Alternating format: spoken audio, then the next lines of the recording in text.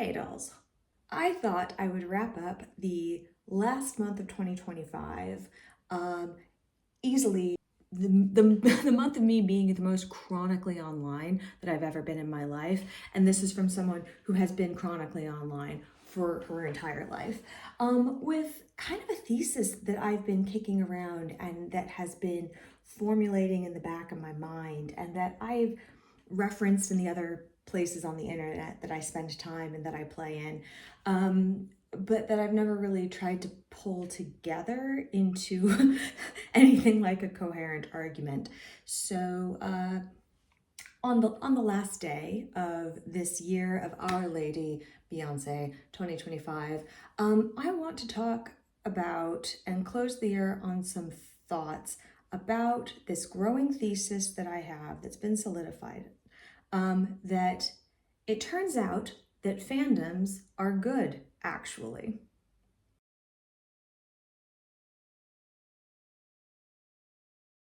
My thesis is actually a little bit broader than that. So go with me on this. I've joked in the past that if ever I went back to school for any reason, if I went to get a graduate degree in something related to, the fields that I've built my career in, comms, marketing, media, PR, that I would want to talk about the culture of fandom and how I think it's kind of broken everything. Side note, my first degree was in medieval history, so it is as much a mystery to me as how I got here as it is to anyone else, but we contain multitudes. Nevertheless, the bigger thesis is, in my lifetime, I think that fandom culture has broken containment and done an absolute fuck ton of damage on its way out. But 2025 was the year that I think nature and fandom culture might be healing. I think the vibe might be shifting. This is perhaps a wildly optimistic thing to say. I could be wrong. I sometimes am, but as we have all established, I do love to be right. And when I put my foot down and declare something that I believe with my whole chest, on the whole, my track record is pretty good. So if nothing else, I'm just putting this out into the universe to manifest this shit. I think 2025 was a vibe shift for fandoms. So let's talk about it. This is going to be another free form video. I don't do scripts. I sometimes do notes. I just yap. I'm a Gemini. I like to talk. Let me try and pull together the narrative threads that have been percolating in the back of my brain to come up with this and see if I can convince you of this. Alternatively, please argue with me in the comments and tell me why I'm wrong. And give me references, give me resources, give me other things to read and write about and to think about, to tease this out. But tell me if you think I'm onto something here, okay? Delightful weirdos with highly niche interests have always been with us. And I would argue that they are probably the people who, as, individuals or as groups or as movements or as pockets of people who deeply care about something, have probably been the kind of person most responsible for shifting culture forward, for shifting humanity forward, for things like scientific progress and social progress. Like, nerds have always been with us and have always been important to us. As a nerd, as a medieval history nerd, I could write you a thesis on how, nerdery is responsible for the Protestant Reformation, baby. But that's not why we're here. Focus, lock in, focus. Nerds have always been with us and they've always been important. But at least in my lifetime, and again, through the realm that I like to explore in these yap sessions of media and pop culture, nerdery has not always been a good thing, or at least an embraced thing. Think about the 80s. I was born in the 80s. I was born in 86. I'm coming up on my 40th birthday in 2026. And I'm very much looking forward to it. But in the 80s, what was the nerd? The nerd was the punching bag. The nerd was the weird kid. The nerd The nerd was something that you aspired not to be. That was the stereotype, that was the archetype. There were pockets, of course, of resistance. I'm not saying that there weren't, but like, think of who was culturally, politically, socially in power and empowered. It wasn't the nerds. In the 90s, things were starting to shift a little bit. And nerds weren't the punching bags in pop culture and media so much as they started to become the underdogs. They started to become the people that you wanted to root for. And you've got the media properties and the IP and again, just kind of the social movements that were starting to coalesce that identity a bit more. And again, they weren't punching bags, they were underdogs. And what do we love to root for? We love to root for an underdog. I am painting with a very, very broad brush here. Don't come for me about specifics. I'm talking about vibes. Then in the 2000s, I think the shift came when nerds and nerd culture stopped being underdogs and started being the heroes. They became the main character and the driver of media and culture in so many ways. And I will go into a little bit of details or name some specifics, but that's when I think the shift kind of happened. You know, this is when you get like the mainstreaming of nerd culture. You know, this is when the MCU comes into existence. This is when, you know, the Star Wars franchise is revamped again. You know, like the shift happens. Like things that used to mostly be loved and adored and celebrated in niche pockets or in like small communities explodes. I'll come back to why I think this is, but 2000s, that's what happened. But you know what? Since the 2010s, you know, or certainly the 2020s, the character arc has completed, and there's a lot about nerd culture and fandom culture that just to me is evidence that they are now the villains. Like the power has gone to their head. They're no longer the heroes. Like nerd culture is no longer the good guy. But I have faith, baby. So why did this happen? What happened? Obviously, you know, that we got the big ones. We got the internet, you know. People have always existed. They've always had their niches. They've always had their hobbies. They've always had their passions. But we used to have to like find one another, and we used to have to gather together physically, whether that was your comic book store, your record store, your live gig, whether it was, you know, your zine with your friends, like whatever it was, like there used to be like a physical element of gathering together to enjoy your thing. That kept community somewhat small, somewhat isolated, but with the advent of the internet, communities and people and fans began to be able to find one another and to commune with one another in new ways. Of course, then social media came along and just exponential growth to that, you know. So like the tools that we had for gathering and connecting and identifying one another and signaling to one another what we liked and what we were into just amplified dramatically. And then the other big thing that happened, of course, is that people realized that nerds spend money. There is money to be made here, and if there's one thing capitalism is gonna do, baby. The other thing that happened after people realized that they could make money off of us, various forces of various ideological stripes with various agendas, what have you, also realized that they could leverage fandom for power. And we have been living in the wreckage of that since 2016. A little bit before, the seeds were planted before is my whole point and my whole argument here.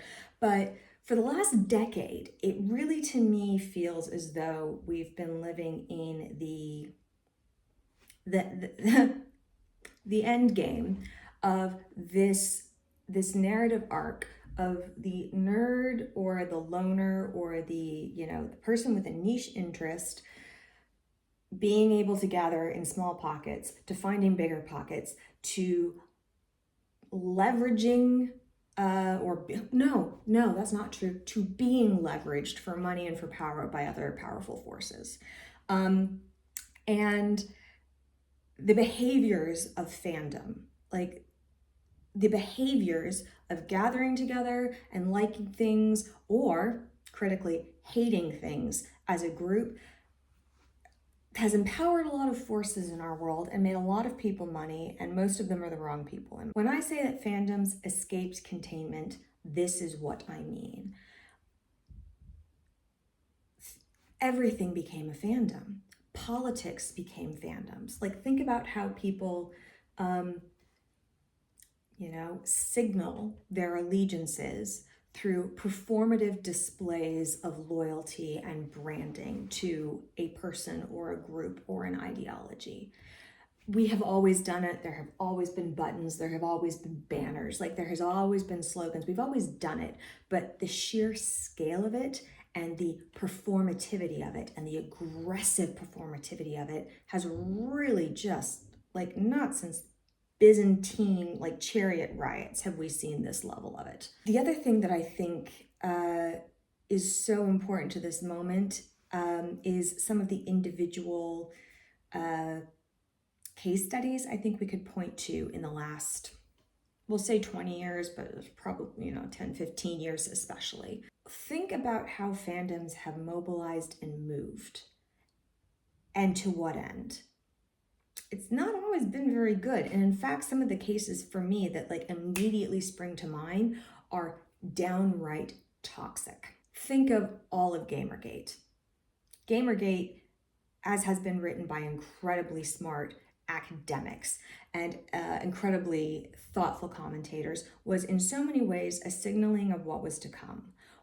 It was a signal of how a fandom could be congealed and leveraged and weaponized against a perceived enemy. It was a blue point. It was a pop culture and media blueprint for so many other behaviors and actions and movements that we have seen since, that are not about video games, but have had dramatic, intense, real-world consequences. Gamergate has been studied, and I think will continue to be studied, to stand out as the blueprint, the test case for how fandoms could be weaponized, politicized, leveraged, or what have you, to achieve real-world consequences. We're not talking about comic books anymore, baby. We're talking about civil rights. Speaking of comic books, though, like, think about how comic books went mainstream in this time frame.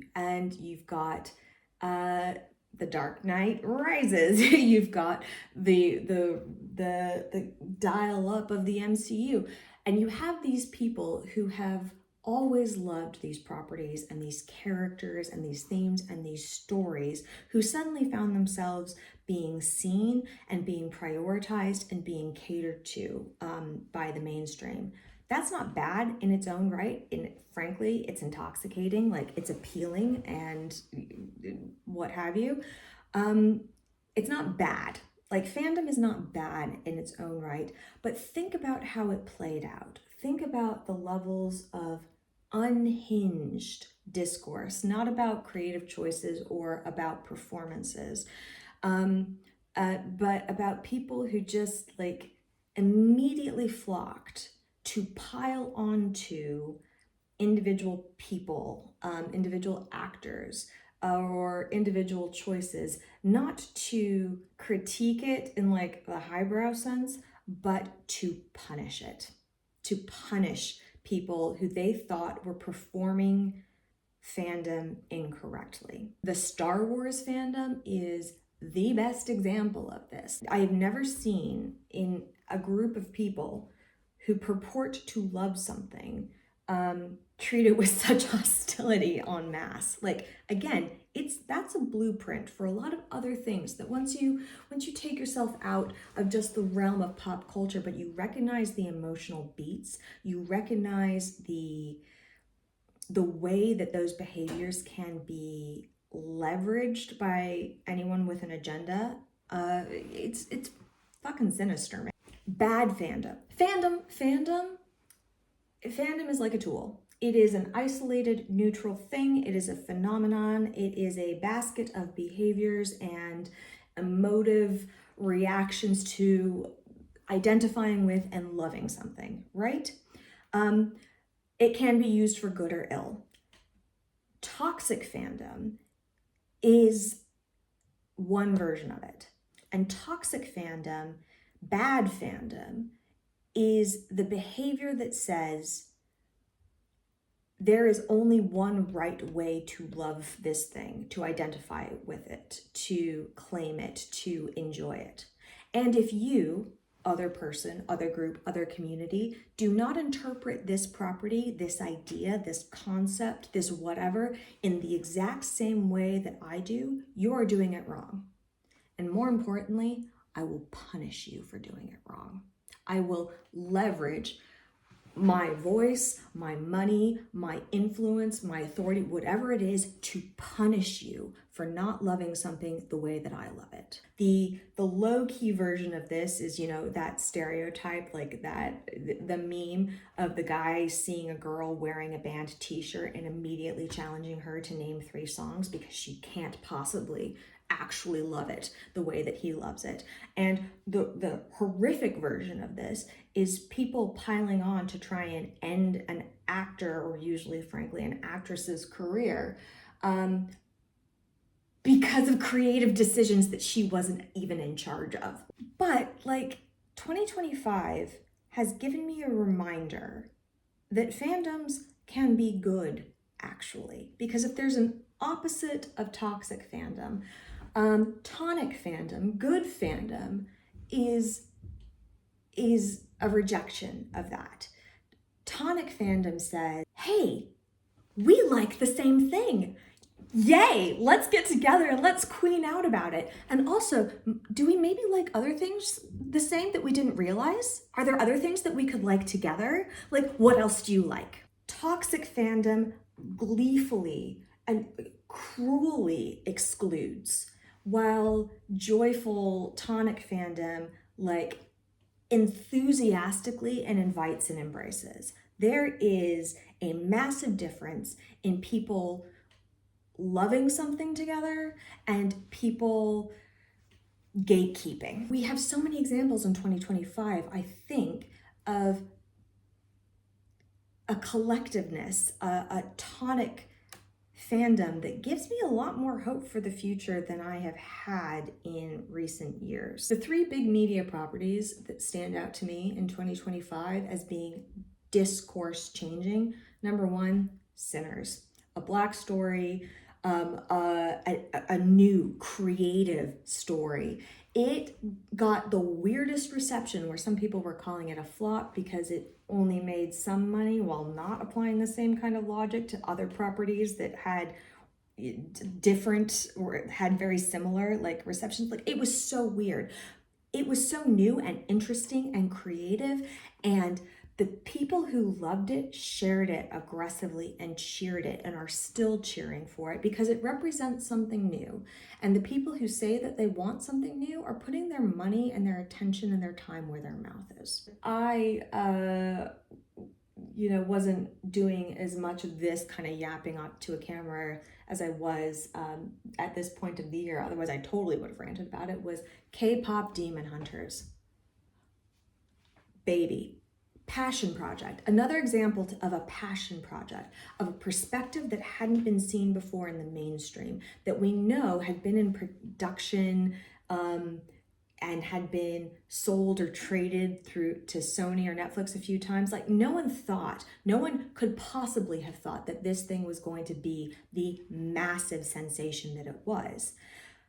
But look what happens when you do new, interesting, brave, creative work, when you have a point of view, when you take the batshit idea to combine K-pop music with anime demon hunting. Like, genius. But they didn't stop there, baby. They wrote banger music that in its own right topped charts. They did beautiful animation. They brought Korean culture, which doesn't always get the love and appreciation that it needs, but is starting to grow in popularity as people are experiencing things like K-dramas, or are leaning into K-pop. You know, these communities, these niches, these fandoms are starting to be fed And they're not gatekeeping about it. They are cheering it and celebrating it and loving something out loud and passionately, because lest we forget, it's fun to like things, actually. It was a passion project that no one thought would succeed and is now the most streamed movie on Netflix, I think, of all time. And you know what? Big media responded, and they booked sing-alongs in movie theaters that people sold out tickets to. And they released sing-along versions at home for kids. And the voice actresses and singing actresses of the characters of Huntrix, headlined the Macy's Super Bowl parade. And you know what? It was gloriously joyful. I saw people, commenting, oh, this, maybe they did this wrong or what have you, but there wasn't like a policing of the enjoyment of that film. There was not it's good for a kid's movie, or it's good for animation, I guess, or no. People saw and recognized good, and they celebrated it, and they enjoyed it without shame or embarrassment. That is what good fandom and nerdery looks like. And then, of course, to end the year, Heated Rivalry, another example of an independent, small media passion project that just wanted to do good creative work and has blown everyone out of the water because, it turns out there's an appetite for this. And the experience of enjoying and rooting for this show and the actors and the creative team behind it has been joyful. There are apparently pockets of the internet that are being gross and like trying to unearth or expose aspects of various, actors' personal lives or other things. And do you know what I've also noticed about this? The fandom is having none of it. Think about the early 2000s like gossip sites, the Perez Hiltons of the world, like the gawkers that were gleefully outing people or exposing their private lives or what have you. There's been a vibe shift. There's been a vibe shift in 2025 where we are rediscovering and reaffirming people's right to privacy, where we are prioritizing the art over the persona. This is good. This is good, not just for media, it's also frankly good for society. We have all been performing our fandoms, performing our politics, performing our loves, and probably more detrimentally, our hates now for over a decade. And it's bad for us. It's bad for our wallets because capitalism and, its structures will never be satisfied. It will always try to extract more money from us. It is bad for our interpersonal relationships. Like, think about how tedious it is to be around someone who does nothing but complain and whine all the time. Do you want to go to dinner with that person? I don't think so. Performative cruelty has been the political moment for so long that it's exhausted people. It's broken us. It's made us less able to function as a society. It's been devastating, frankly, to live through for the last decade. And yet in 2025, I feel like the vibe is shifting. To have this level of performative cruelty without any kind of material benefit to people, it's finally, I think, breaking through that forces like MAGA and Reform UK have harnessed people's emotions, their fears, but also, genuine loves. Like, there is such a thing as healthy patriotism, right? Like, it does exist, but like, it has been weaponized and like leveraged, but not to the benefit of the people doing, like, from whom it's been extracted. And people are so sick. They're so sick of having the things that they used to love become more and more hollow. This is true, I think, of nation states, and as much as it's true of pop culture and media. Like, Jeff and I canceled our Disney subscription this year, And we did it because Disney kowtowed to fascists. And not only that, let's be blunt. As an organization, Disney is giving us less and less and less for our money. I touched on this in my heated rivalry crash out, the second one, yikes.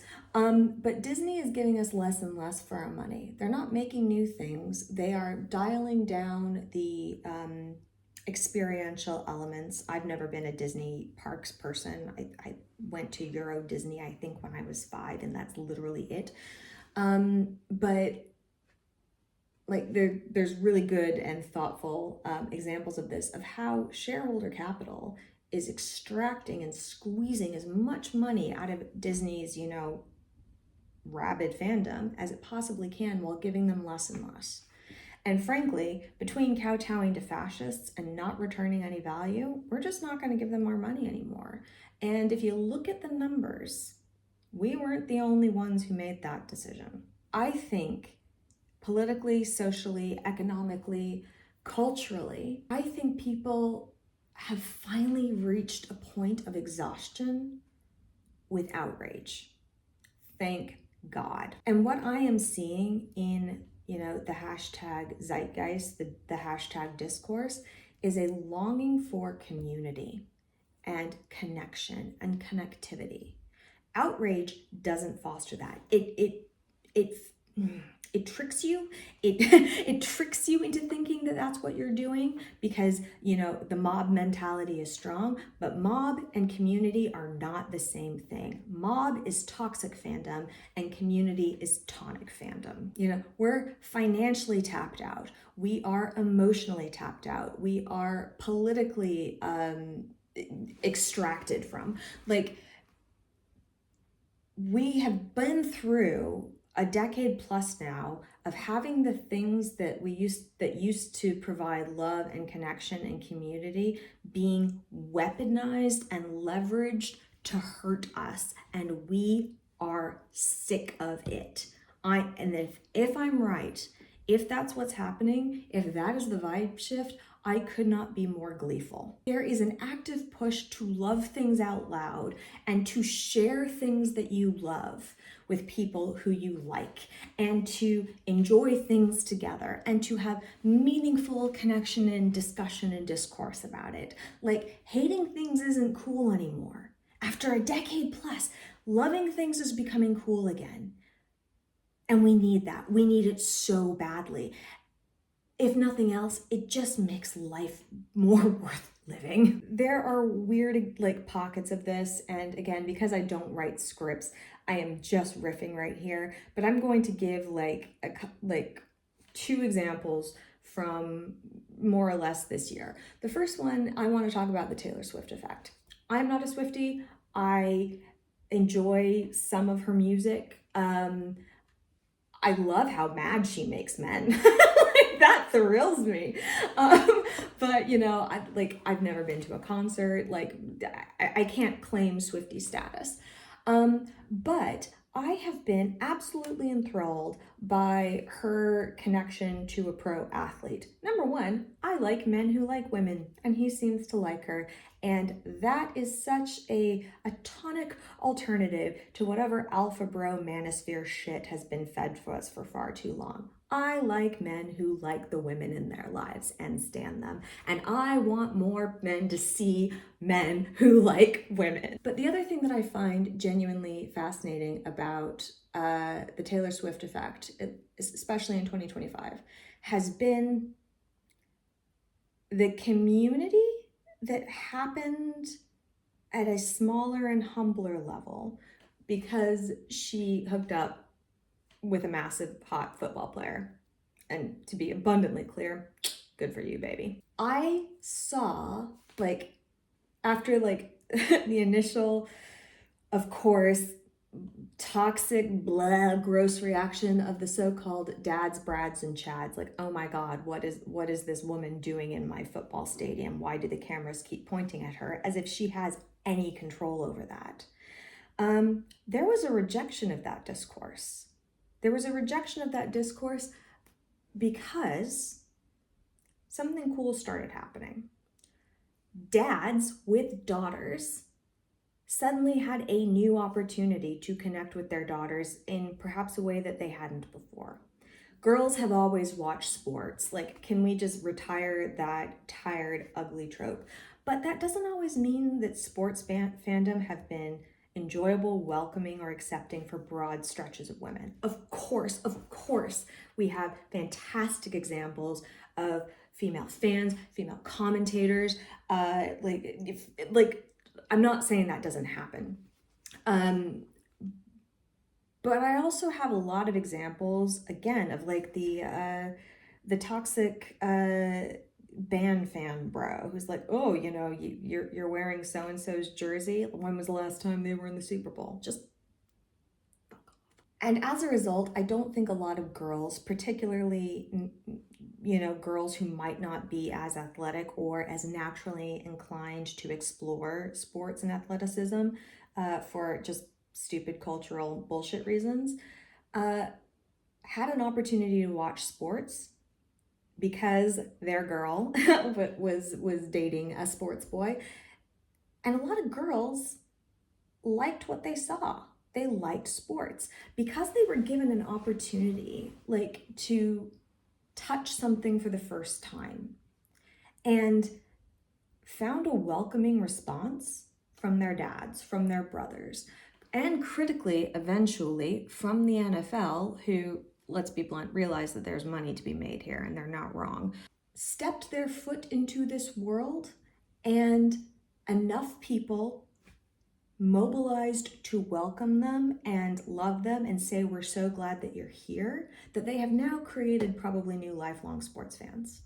And on the flip side, I saw a lot of moms taking their daughters to the Eras Tour at the start of that when I saw that media coverage. And by the end, I saw a lot more dads with their girls. And I guarantee you that by, you know, girls wearing their favorite pop star's boyfriend's jersey to the show, more dads, brothers, friends, straight men have probably been given that opportunity to touch and explore and find themselves welcome into something that is more stereotypically girly and feminine in pop music. This is good. This is good for society. It's good for families to have more things to like and enjoy together. It's good for communities to have more things to like and enjoy together. And it is good for multiple groups of people, as a rule, to get the experience of being like, oh, you're new here. And instead of recoiling, opening their arms and being like, oh my God, more people who like the thing that I like. What do you want to know? What do you want to enjoy? Let me throw some more burgers on the grill. That is good for society. On a very, very silly, like totally personal closing note, one of my secondary favorite things about discovering and mainlining and enjoying Heated Rivalry has been the fandom experience. I have never seen so much coalescing around and rooting for previously no-name actors, the whole cast, the whole crew. I have seen such celebration of them because, number one, broadly speaking, I think women are stereotypically, broad brush, better at more inclusive community building practices. So the fact that something that is so coded for women has made it mainstream in this way, number one, it found a really willing and like loving audience. Like, book girlies were ready for this TV series to hit, but they were also ready to welcome people who were new to it, were new to romance, were new to this particular kind of respectfully feral fandom. It's been joyous. It's been joyous. I made new online buddies by just talking about this show and hanging out. Like, it's been such a creative opportunity for me to just, again, yap to camera, which is something I wanted to do more this year anyway. And not only that, like, I have found new people who have provided a joyful, welcoming experience. And I want to shout out one in particular just to wrap this whole thing up. I joked in my first Heated Rivalry video that I did that the reason I read hockey romance specifically, as opposed to other sports romances, is that I didn't know anything about hockey. I know enough about football and basketball to like, I especially collegiate. that's what I like best. But you know, I know enough about those sports that sometimes when I engage in fictional media about it, I can't suspend enough of my disbelief to really enjoy the story. But because I know nothing about hockey, not a damn thing, I've never been to a game in my life, I'm able to immerse myself in that world because I don't need to care about the reality or the specifics so much. And do you know what one of my favorite secondary finds of this fandom has been? It's been a hockey podcast. It's been the Empty Netters podcast, which is 3 straight men talking about sports. Historically, I am not the audience for that. And I have not been the audience for that. I have never in my life sought that out. But totally by accident, because we were all watching and enjoying the same thing, this group of men came across my feed. And what I saw in them reacting to this series, because they came to it with their hockey hats on, but because they were open-minded, curious, empathetic, and because they apparently have a background in just TV and media, and that's what they do, they were able to just enjoy the merits of good TV.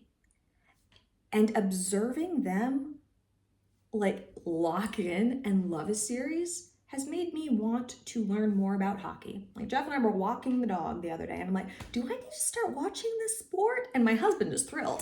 He's like, we can, let's do it. Let's learn about it. And you know what? If I want to learn more about hockey, I have found 3 random men on the internet who I trust to teach me about something new in a loving, embracive, inclusive, like welcoming way. These are not guys who are going to gatekeep something they love. I trust them because we connected over something else. If toxic fandom says, if you don't love the thing that I love the way that I do, I'm going to punish you, tonic, good, healthy fandom says, oh, we like the same thing. What else could we like together? And if that's like the feeling that I'm ending 2025 on in pop culture and media, what started as a pretty trash year and has some pretty bad, low moments in it is actually ending for me on a surprisingly hopeful note that as a collective, we are starving for and creating and seeking out more opportunities to enjoy things together, to share things together, to bond over things that we want and like and are willing to spend our time and money and attention for as groups, rather than the things that we hate. And I think that's cool.